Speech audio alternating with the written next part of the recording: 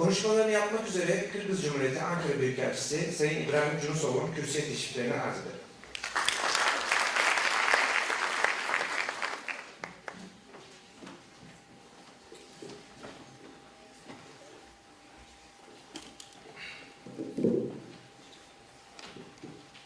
Sayın Baş Danışmanım, Hurmatlı Kırgız Respublikası Madaniyet ve Turizm Ministri, Sayın Türksoy Genel Sekreterim, çok değerli arkadaşlar, sayın başkanlarım, sevgili gençler, öncelikle hepinizi şahsen ve kardeş Kırgız halkı adına Kırgız Cumhuriyeti Ankara Büyükelçisi olarak saygıyla selamlıyorum.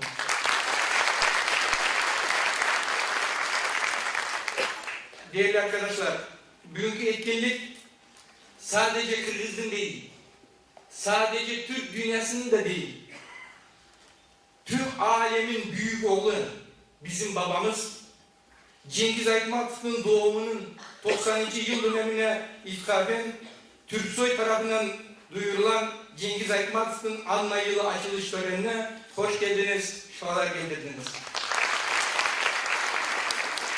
Müsaadenizle konuşmamı Kırgız Türkçesi ile devam etmek istiyorum.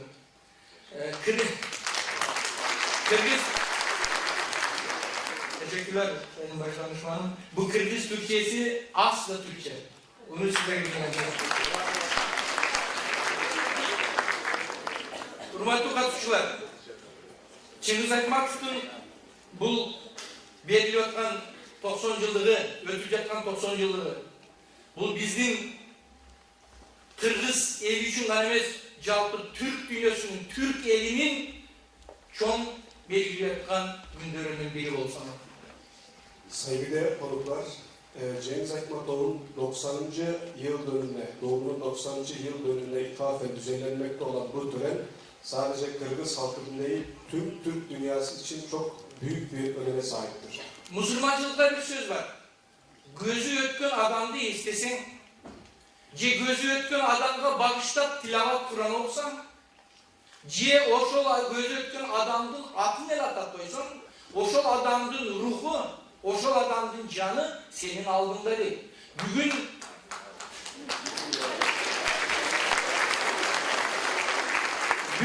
Cengiz Aytmatov'un adı kançalık kıvat alsa, demek al kişinin canı, ruhu bugün bizimle birlikte bulacaklar.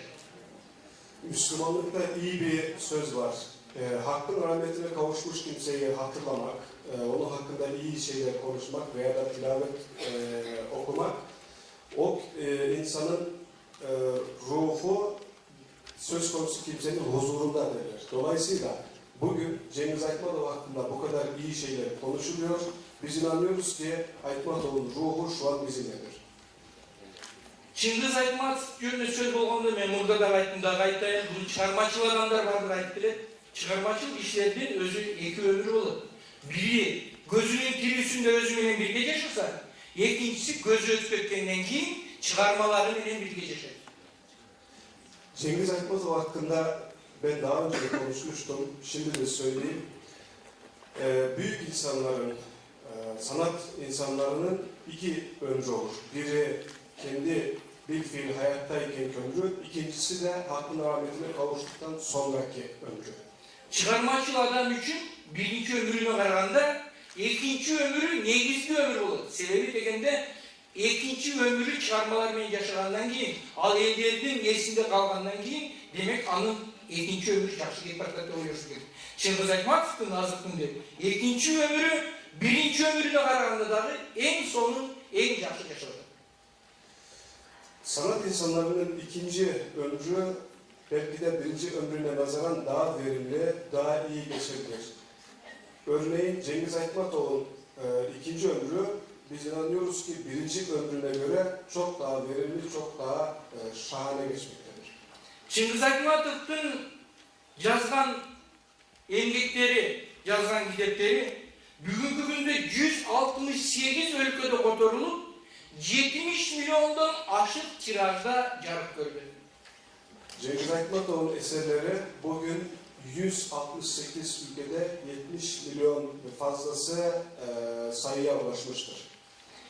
UNESCO'nun bergen malumatı boyunca Çingiz Aytmatov dünyada Shakespeare menen Lev Tolstoy'dan keyin 3-cü gezekte turgan yazıcı bola istilir bugünkü kunda.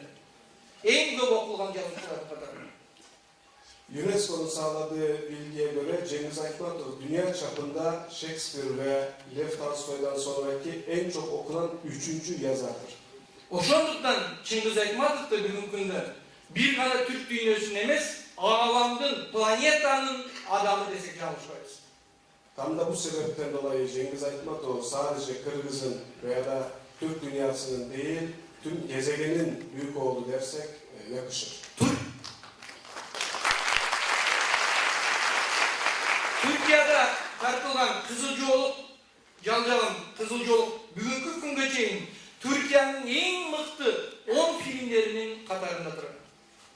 Türkiye'de çekilmiş olan Sevgi Boylu Al Yazmalı filmi Türkiye'nin bugüne kadarki en iyi 10 filminin biridir.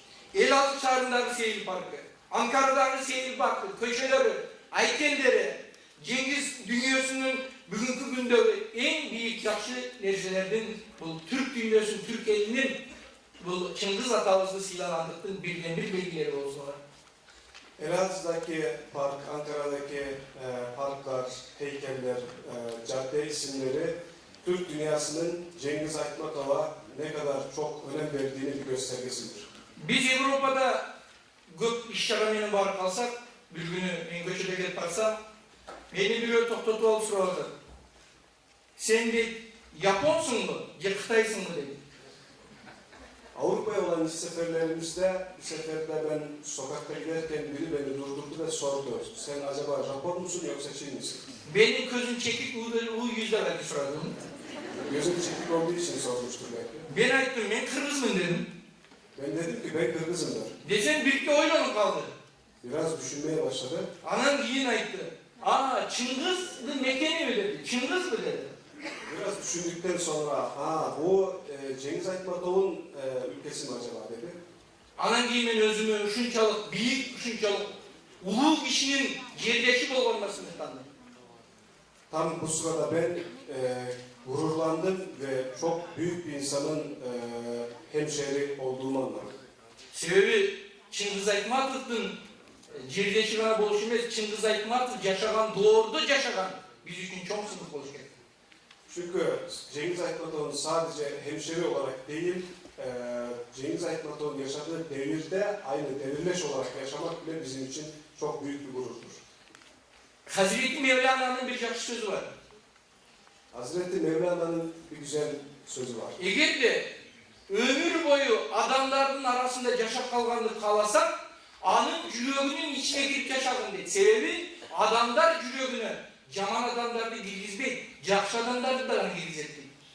Eğer hayat boyu yaşayıp kalmak istersen insanların kalbine gir ve orada yaşamaya devam etmelisin. Çünkü insanlar kalplerine kötü insanları sokmazlar. Oşonluktan her birimizin yüreğimizde bugün Çingiz Aytmatov yaşamakta demek Allah hiç kaçan ölmeydi. Dolayısıyla bugün hepimizin kalbimizde Cengiz Aytmatov'un yaşadığına inanıyorum. Dolayısıyla Cengiz Aytmatov hiçbir zaman ölmez. Sözümün hakkında yaş hakkında Çingiz Aytmatov yönünde yazılan tür savun ok koyuştu ruhsat edinizler. Konuşmanın sonunda genç bir şairin yazdığı bir kuple şiir vardı Cengiz Aytmatov hakkında. Onu okumak istiyorum. 40 bin yıl ötse dahi esten çıktız, Kırgız'ın kıranı var, adı Çingiz. Kaysı nereye baksan dahi tanı durgan, Kırgız'ın pasportu var, adı Çingiz. 40 bin sene geçse de unutulmaz. Kırgız'da bir korkusuz var, adı Çingiz. Tüm dünya el alem tanır bilir, Kırgız'ın bir kimliği var, adı Çingiz. Türk elinde, Türk dünyasında Çingiz Aytmatov'lar dağı göp çıksın, Çingiz Aytmatov'lar dağı göp töresin. Var bolla, aman bolla, barımız birlikte, yaxşılıkta, barçılıkta oluşturuyor. Türk dünyasında Konuşmalarını yapmak üzere Türkiye Cumhuriyeti Cumhurbaşkanlığı Başdanışmanı, eski Kültür ve Turizm Bakanımız Sayın Yalçın Topçu'nun teşviklerini aldı.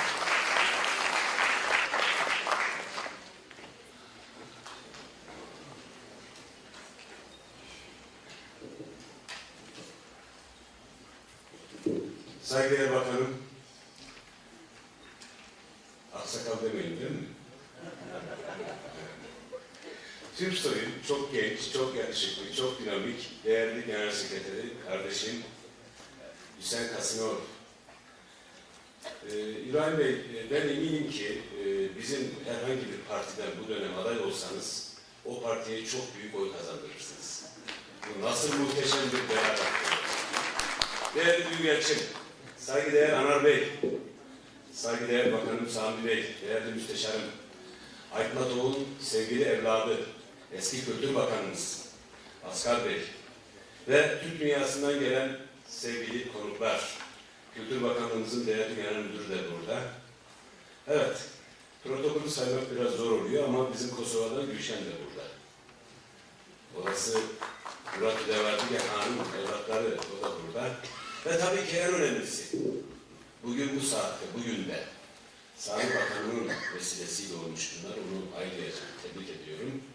Değerli gençler var. Aytmatov ama gününde bu kadar genç varsa çok şeyi halletmişiz demektir. Ben özellikle salonda bulunan hanımefendilere, beyefendilere, gençlere Türkiye Cumhuriyeti Cumhurbaşkanı Recep Tayyip Erdoğan ve şahsım adına en kalbi saygılarımı sunuyor ve hoş geldiniz diyorum. Şimdi İbrahim kardeşime seçim dedim, bizden buradan bir aday falan dedim. Evet, ülkemiz biliyorsunuz seçim kararı aldı.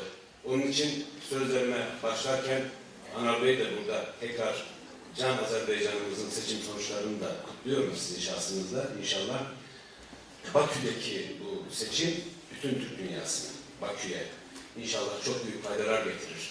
Seçim neticesi Azerbaycan'ımıza hayırlı olsun. Evet, ülkemizde de önümüzde bir seçim var. Bu seçim kararı ülkemiz ve medeniyet coğrafyamız için hayırlı olsun. Niye medeniyet coğrafyamız diyorum? Çünkü ben şuna inanıyorum. Balkanlardan Çin Seddi'ne, Galicia'dan Yemen'e bizim medeniyet coğrafyamızın bir tamamının Medinesi bugünkü şartlarda Ankara olduğuna inanıyorum. Onun için Ankara büyürse ve yükselirse 1.700.000.000'ün her bir ferdi yükselecek ve büyüyecek, güvenli, özgür ve refah içinde yaşayacak. Buna inanıyorum ve onun için bu seçim kararının hayırlı olmasını diliyorum. Cumhur İttifakı'nın almış olduğu bu seçim kararı medeniyet coğrafyamızın ve milletimizin muktedir ve müreffeh geleceği için kutlu bir başlangıç olur diye düşünüyorum. Cumhur İttifakı milli fikriyatımızın 1000 yıllık teklifimizin siyasette tek kemiğe bürünmüş hali olarak görüyor ve buna milletimizin gönülden katıldığını da eski pratik bir siyasetçi olarak görüyorum ve anlıyorum. İnşallah ülkemizin hayırlı olacak bu seçim neticesi.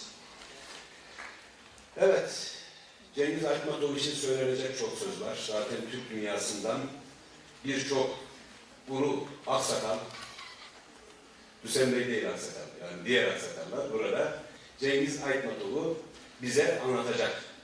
Türksoy'a çok teşekkür ediyorum. Hüseyin Bey şahsında ekibine teşekkür ediyorum.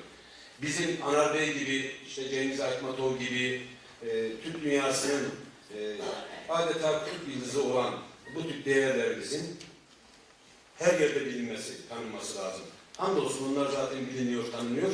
Ama bizim onları, önce bizim, yani onların ailesi olan bizim, öncelikle onları iyi anlaması, iyi tanıması ve iyi tanıtması ve anlatması lazım. Onun için bu tip organizasyonlar çok kıymetli organizasyonlar. Evet, Cengiz Aytmatov'un eserleri ve ismi, burada konuşmacılar benden evvel söyledi, dünyanın her tarafında var hamdolsun. O zaten yaşıyor. İbrahim kardeşimin dediği gibi. İnsanların kalbine, gönlüne girmiş herkes de onun yaşaması devam edecek. Ve bütün dünyada onu yaşamaya ve yaşatmaya devam edecek. Değerli kardeşlerim, Cengiz Aytmatov için Asgar Bey de burada, Türkiye, bu Anadolu, onun ikinci bir vatanıydı. Tabii ki ülkemizde de o muhteşem eserleriyle yaşıyor. İbrahim kardeşim söyledi, o kırmızı eşarp, işte bizdeki sevdi boylum al yazmalı. Her eve mutlaka girmiştir. Her ev orada İlyas'ın o aşırılıklarından biraz gıcık kapmıştır. Ama bizde Cemşit Baytemur, onun o fedakarlığından herkes mutlaka etkilenmiştir.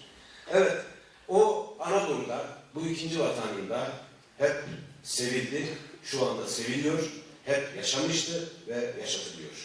Kardeşlerim, bizler onu birçok eserlerinden biliyoruz. Dünyada ifade ettiğim gibi onu biliyor. Hatta dünyanın büyük yazarlarından birisi onun için diyor ki, Cemile romanından ötürü. O diyor, dünyada yazılmış yazılabilecek en büyük aşk romanıdır. Gençler Cemile'yi okuyan var mı? Sayın Bakanım dedi, gerçi okumuşsunuzdur. He? Sesiniz çıksın ya.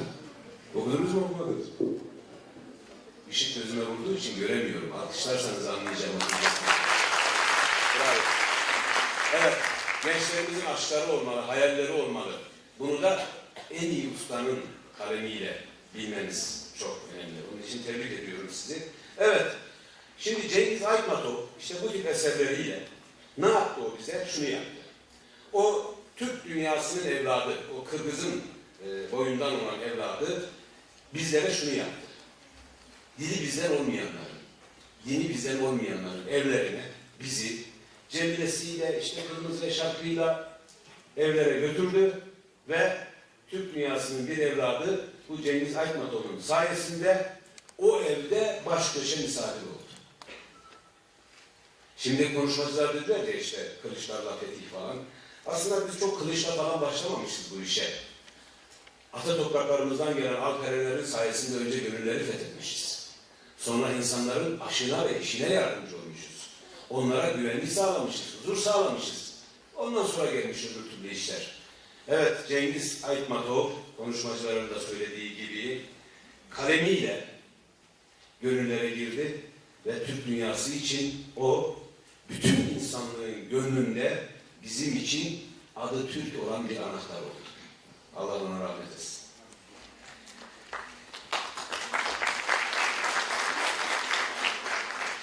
Şimdi Cengiz Aytmatov'un eserlerini okursak, bir, Atayurdumuz Kırgızistan'ın geleneğini, göreneğini, tabiatını, her şeyini tanımış ve öğrenmiş oluruz. Ama aynı zamanda onun eserlerinde bu Türk ailesinin, ferdinin aşkları nasıldır, üzüntüleri nasıldır, hayalleri nasıldır, neye kızar, neye sevinir, neye öfkelenir, bunu da görmüş olursunuz.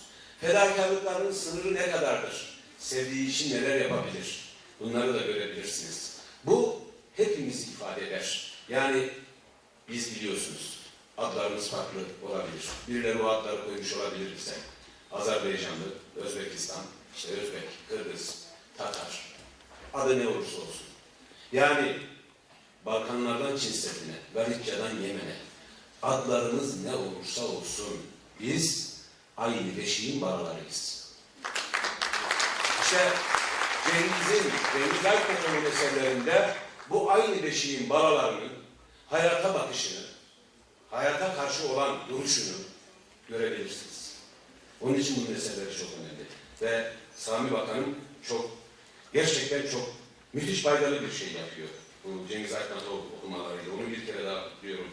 Evet, Cengiz Aytmatov dünyanın kalbini, bir kere daha altını çizerek söylemek istiyorum. Dünyanın kalbini, dünya insanlığının kalbini kalemle fethetmiş, Türk ve Türklerin içinde bir Kırgız evladıdır. Allah ona bir kere daha rahmet etsin. O 1 milyar 700 milyonun aslında gururudur. Şimdi Cengiz Aytmatov'un çok güzel bir sözü var. Onu burada zaten söylediler. Yani inşallah bu büyük camia, bu Türk ailesi daha çok Cengiz Aytmatov'lar çıkartacak. O bir sözünde diyor ki, bir dal kırılmış ne çıkar? Yeter ki çınarın gövdesi sağlam kalsın. Evet, Cengiz Aytmatov kıymetli bir değerimiz. O ebedi hayatta ama gönüllerimizde yaşıyor. Türk ailesi içerisinde bir dalımız mutlaka ki kırılmış olarak kabul ediyoruz ama onun dediği gibi büyük Türk milleti sapasağlam ayakta. İnşallah daha nice Cengiz Aytmatov'lar çıkar bu milletin içerisinde. Evet. Bizim medeniyetimiz şu anda dünyanın ihtiyacı olan bir medeniyettir. Kültür Bakanlığı Müsteşarımız Nihat Bey söyledi. bizim rol modellerimizin aslında sadece bizim dünyamızda ihtiyacı yoktur. Bizim rol modellerimizin aslında bütün dünyada rol model olmaya dünyanın ihtiyacı vardır. Bu gerek bilim adamı olur, gerek kültür adamı olur, gerek edebiyat, sanat, bu tip insanlar olur. Ve biz rol modellerimizle büyük millet olduk. Bundan sonra da inşallah bu devam edecektir.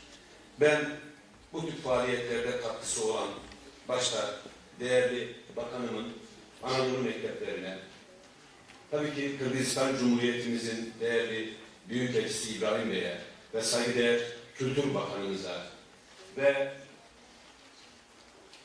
Türk dünyasının UNESCO'su olan Türk soyumuzun kıymetli Genel Sekreterine, Can Azerbaycanımızın Ulu Çınarı Anar Bey'e, Aytmatov'un değerli evladı Asgar Bey'e ve burada panelde biraz sonra Aytmatov'u bize anlatacak olan saygıdeğer hocalarımıza ve siz hanımefendilere, beyefendilere, değerli gençlere tekrar en yürekten teşekkürlerimi sunuyorum. Bugün burada olmanız çok önemli. Neticede Perşembe saat 11'inde buradasınız. Bu çok önemli. Verdiğiniz değerin ispatı. Sizlere ayrı ayrı tekrar kutluyorum ve hepinizi tekrar saygıyla selamlıyorum.